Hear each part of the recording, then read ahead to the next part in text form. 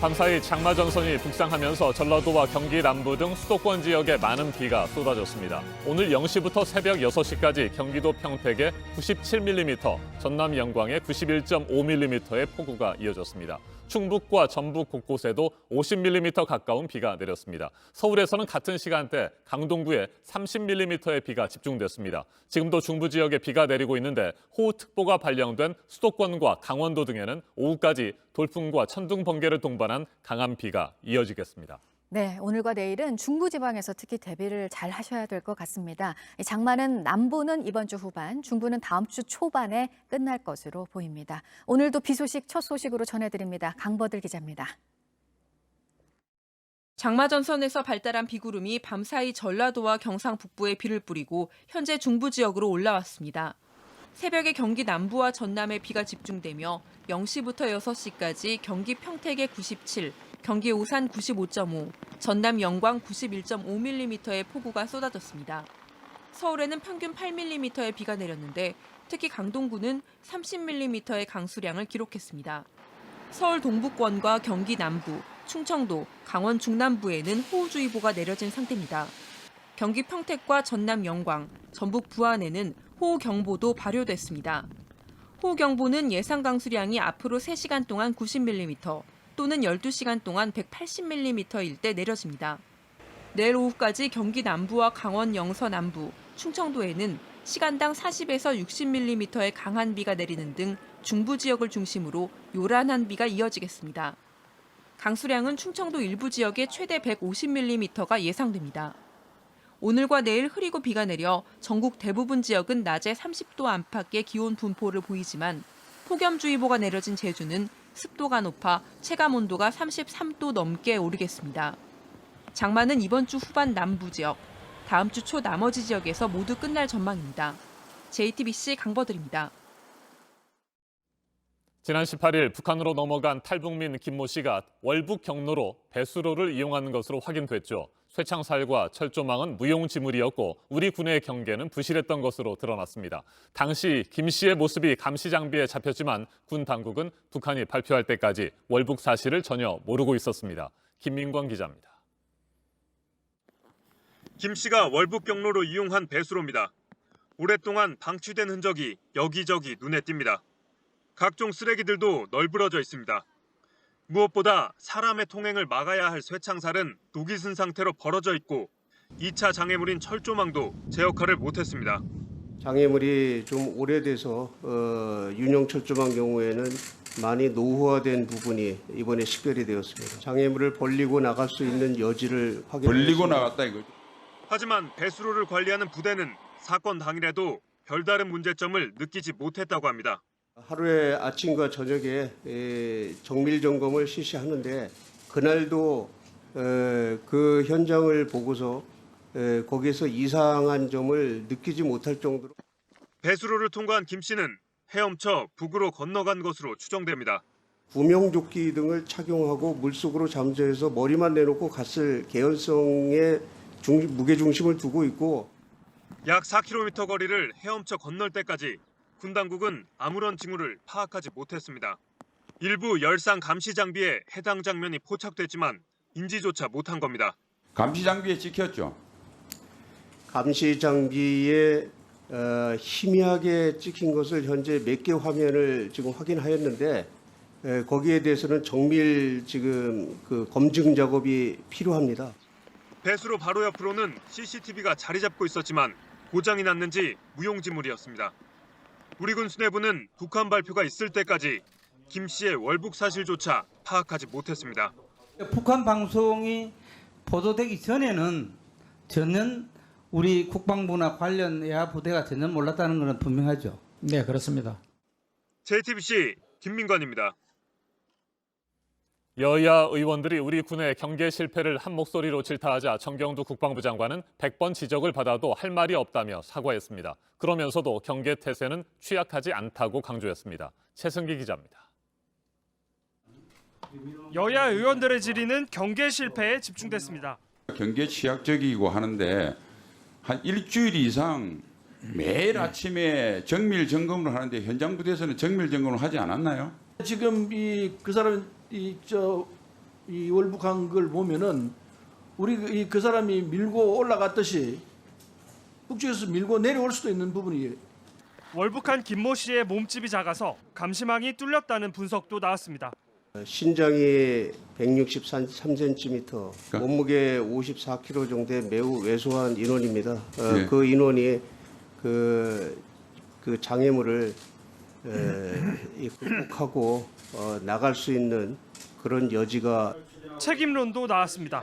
지휘 책임도 져야 되고 관리 책임도 져야 되고 현장 책임도 져야 한다. 정경두 국방부 장관은 할 말이 없다고 했습니다.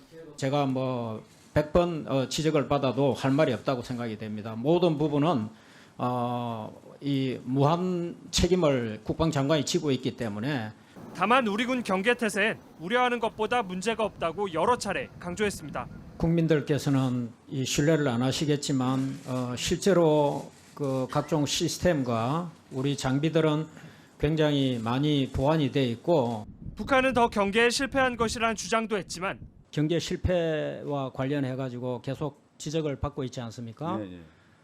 북한도 마찬가지라고 생각이 됩니다. 우리보다 더한 경계 실패의 책임이 있을 거다. 여야 의원들의 공감을 받기는 어려웠습니다. JTBC 최승기입니다. 검찰총장의 수사 지휘권을 없애는 내용이 담긴 법무검찰개혁위원회 권고안이 이틀 전에 나왔죠. 논란이 이어지고 있는 가운데 참여연대와 경제정의실천시민연합이 권고안을 비판하고 나섰습니다. 참여연대는 법무부 장관에게 구체적 수사에 대한 지휘권까지 부여하는 것은 권한 분산이라는 취지에 역행한다고 주장했습니다. 경실련은 검찰의 정치적 중립성과 독립성이 약화될 우려가 있다고 지적했습니다. 김지성 기자가 보도합니다. 법무검찰개혁위원회는 지난 27일 검찰총장의 수사 지휘권을 폐지하는 권고안을 발표했습니다. 법무부 장관이 구체적 사건에 대해선 검찰총장만을 지휘 감독한다는 조항에서 검찰총장을 고검장으로 고친다는 내용을 담았습니다. 법무부 장관이 각 고검장을 상대로 구체적인 사건 지휘를 할 수 있게 만든다는 겁니다. 법무부는 권고 하루 만인 어제 검토에 들어갔습니다. 검찰총장에게 집중된 권한을 분산하고 형사사법의 주체가 검사가 되도록 개혁할 필요가 있다고 밝혔습니다. 대검찰청은 관련 입장을 내놓지 않았습니다. 이런 가운데 참여연대와 경실련이 법무검찰개혁위원회의 권고안에 대해 잇따라 비판하고 나섰습니다. 참여연대는 검찰총장에게 집중된 권한을 분산하자면서 법무부 장관에게 구체적 수사에 대한 지휘권까지 부여했다며 권한의 분산이라는 취지에 역행한다고 주장했습니다.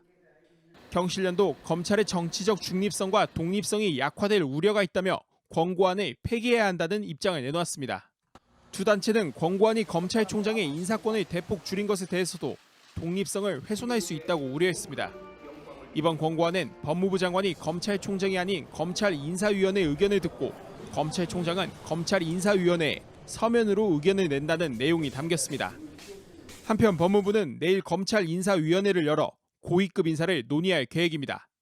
서울 고검장과 부산 고검장, 서울 남부지검장과 인천지검장을 비롯해 현재 검사장급 이상 공석은 모두 11자리입니다.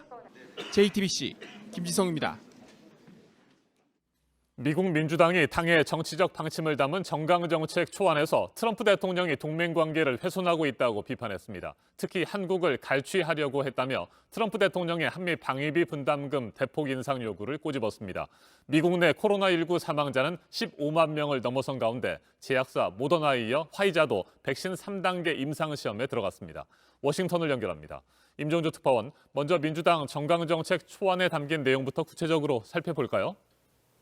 네, 최근 미 언론을 통해 공개된 미 민주당 정강정책 초안을 보면 트럼프 대통령이 외교적 합의에 의구심을 품는 등 적대국들이 꿈꾸고 있던 방식으로 동맹을 훼손해왔다는 비판이 적시돼 있습니다. 민주당은 그 결과 동맹 시스템이 냉전 이후 최대의 시험에 직면해 있다고 지적했습니다. 그러면서 트럼프 대통령이 한반도 핵 위기의 한복판에서 동맹의 방위비 분담금을 극적으로 올리려고 한국을 갈취하려고 노력했다고 꼬집었습니다. 또 독일에서 협의도 없이 미군을 빼내려 위협했다고 비판했습니다. 80쪽에 이르는 이 정강은 사실상 대선 공약과 직결되는 것으로 대의원 우편 투표 절차 등을 거쳐 다음 달 중순 전당대회에서 최종 확정됩니다. 네, 미국 내 코로나19의 상황도 짚어보죠. 사망자 수가 15만 명을 넘어섰군요. 네, 통계 사이트 월드 5미터 집계를 보면 미국 내 코로나19 사망자는 15만 1,900여 명으로 15만 명을 넘겼습니다. 전 세계 사망자 66만 명의 4분의 1입니다. 미 존스 홉킨스대 기준으로는 14만 8천여 명으로 역시 15만 명을 눈앞에 두고 있습니다. 누적 확진자는 430만 명에 이릅니다. 전문가의 말입니다. In the absence of a vaccine that can turn us around, the fundamental things of avoiding crowds, physical separation, universal wearing of masks, closing the bars, hand hygiene, those things matter. 네, 결국 코로나19 백신 개발이 시급한데 3상 임상시험에 돌입했다는 소식이 오늘도 들어왔죠. 네, 미국 제약회사 모더나가 백신 3상 임상시험에 돌입했다고 밝힌 데 이어 다국적 제약사 파이자도 3상 임상시험에 들어갔다고 미국 언론들이 전했습니다. 모두 3만 명씩을 대상으로 하는 대규모 임상시험입니다. 파우치 소장은 11월까지 개발될 가능성이 크지만 10월 개발도 상상할 수 있다며 트럼프 대통령이 기대하는 10월 개발 가능성도 배제하지 않았습니다. 파이자 측은 미국 정부와 계약한 백신 납품 가격은 1회 접종 기준으로 $20가량이며 한 사람이 2차례 맞아야 한다는 점을 고려하면 1인당 접종 비용은 $40, 4만 7천 원 정도라고 밝혔다고 미국 언론들이 전했습니다. 네, 트럼프 대통령의 장남이 트위터에 코로나19 관련 허위 정보를 올렸다가 한때 계정 접근을 차단당했다는 소식도 들리던데 이게 무슨 일입니까? 네, 트위터 측은 트럼프 대통령 장남인 트럼프 주니어의 계정 접근을 12시간 동안 차단했다고 밝혔습니다. 코로나19 관련 허위 정보가 담긴 동영상을 트윗에 올려 자사 정책을 위반했다는 게 이유입니다. 문제의 동영상은 미국 당국이 코로나19 치료 목적의 긴급 사용 승인을 처리한 말라리아 치료제 하이드로시클로로킨을 옹호하는 내용 등이 담긴 것으로 트윗 측은 이 동영상을 삭제했습니다. 지금까지 워싱턴에서 JTBC 임종주입니다. 경기도에서 다주택 처분에 대한 권고가 나왔는데 정부안보다 더 강한 수준입니다. 정부안은 2급 이상인데 경기도는 4급 이상 공무원들을 대상으로 살고 있는 집을 빼고 모두 처분하라고 권고를 했습니다. 이재명 지사는 올해 인사에서 다주택자인 고위공무원이 승진해서 배제됐었다는 걸 언급했습니다. 따르지 않으면 인사에서 불이익을 주겠다는 방침입니다. 고승혁 기자입니다.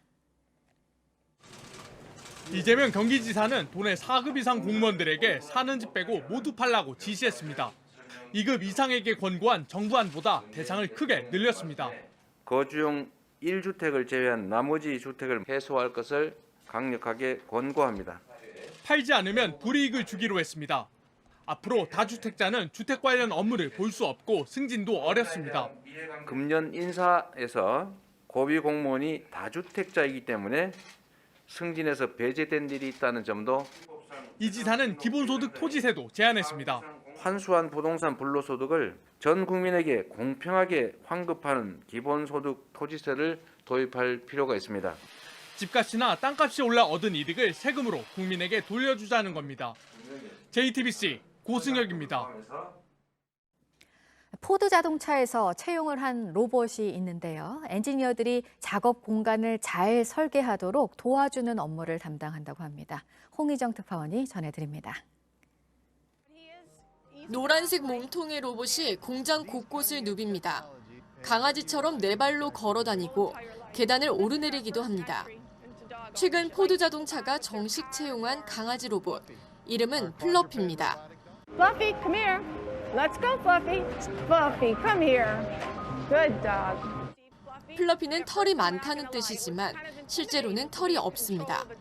포드 자동차가 보스턴 다이내믹스에서 임대한 로봇입니다.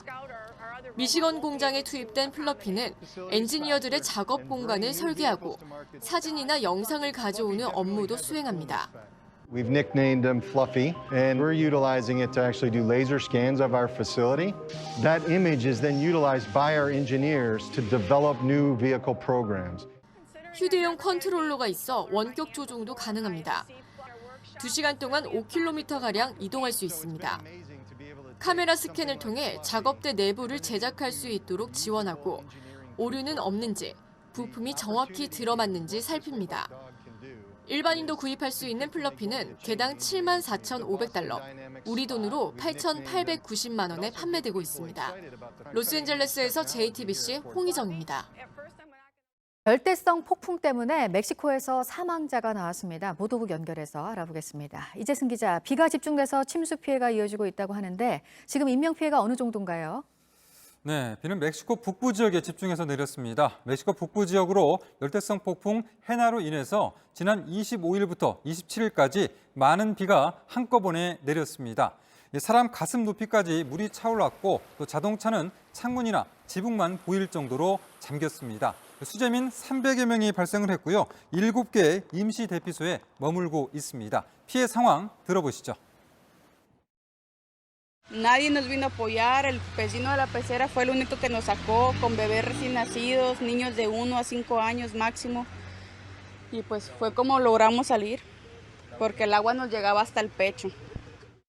네, 멕시코 시민보호국은 현지 시간 28일 기자회견을 열고 열대성 폭풍 헤나로 3명이 숨졌고 4명의 실종자를 수색 중이라고 밝혔습니다. 열대성 폭풍 헤나는 애초 허리케인으로 미국 텍사스에 상륙했습니다. 상륙 당시 최대 풍속이 시간당 145km에 달했습니다. 헤나는 현재 열대성 저기압으로 약화된 상태지만 멕시코 당국은 북부 지역에 비가 더 이어질 수 있다고 예보했습니다. 네, 코로나19 일본 상황은 점점 더 심각해지고 있습니다. 전 지역 하루 신규 확진자가 1,000명에 가까웠다고요? 네, 이달 초부터 일본 정부가 국내 여행을 장려하는 고투 트래블을 강행했습니다. 그러면서 확진자 증가 속도가 점점 빨라지는 모습입니다.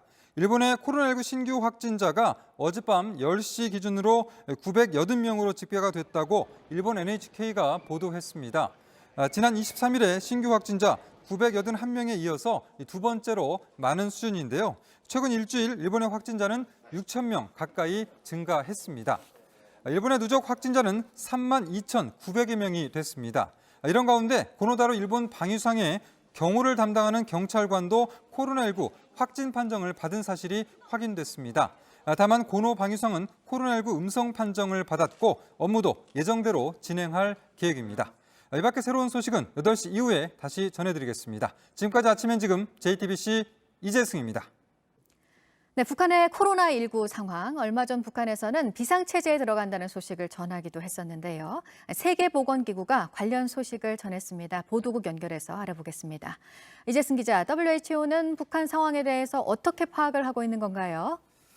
네, WHO가 밝힌 이 북한에서 코로나19 검사를 받은 사람은 지난 16일까지 모두 1,211명입니다.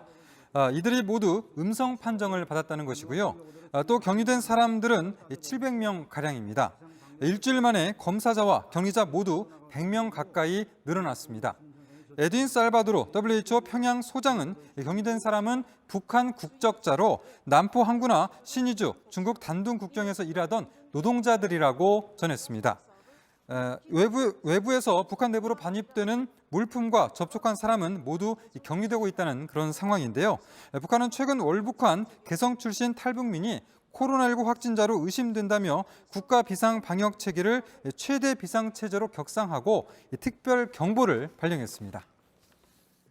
네, 그리고 국제 금값은 사흘 연속 최고가네요. 네. 뉴욕 상품 거래소에서 8월 인도분 금은 전날보다 온수당 13.60달러 오른 1944.60달러에 거래를 마쳤습니다. 이 온수당 우리 돈 233만 원가량이고 한돈으로 치면 28만 원 정도입니다. 대표적인 안전자산인 금에 대한 투자 수요가 이렇게 커지는 것은 크게 두 가지 때문으로 분석이 됩니다. 우선 미중 관계가 경제적인 무역 전쟁을 넘어서 정치 상황 악화로 가고 있다는 것입니다. 최근 두 나라가 자국 내 공관 폐쇄를 강행하면서 양국 관계 불확실성이 더욱더 커졌습니다. 또 미국 정부가 내놓은 경기 부양책을 믿지 못하겠다는 시장 반응도 있습니다. 핵심 사안인 실업급여 추가 지급과 관련해서 야당이 반대 입장을 굽히지 않고 있어서 협상 타결이 불확실하기 때문입니다. 지금까지 아침엔 지금 JTBC 이재승입니다.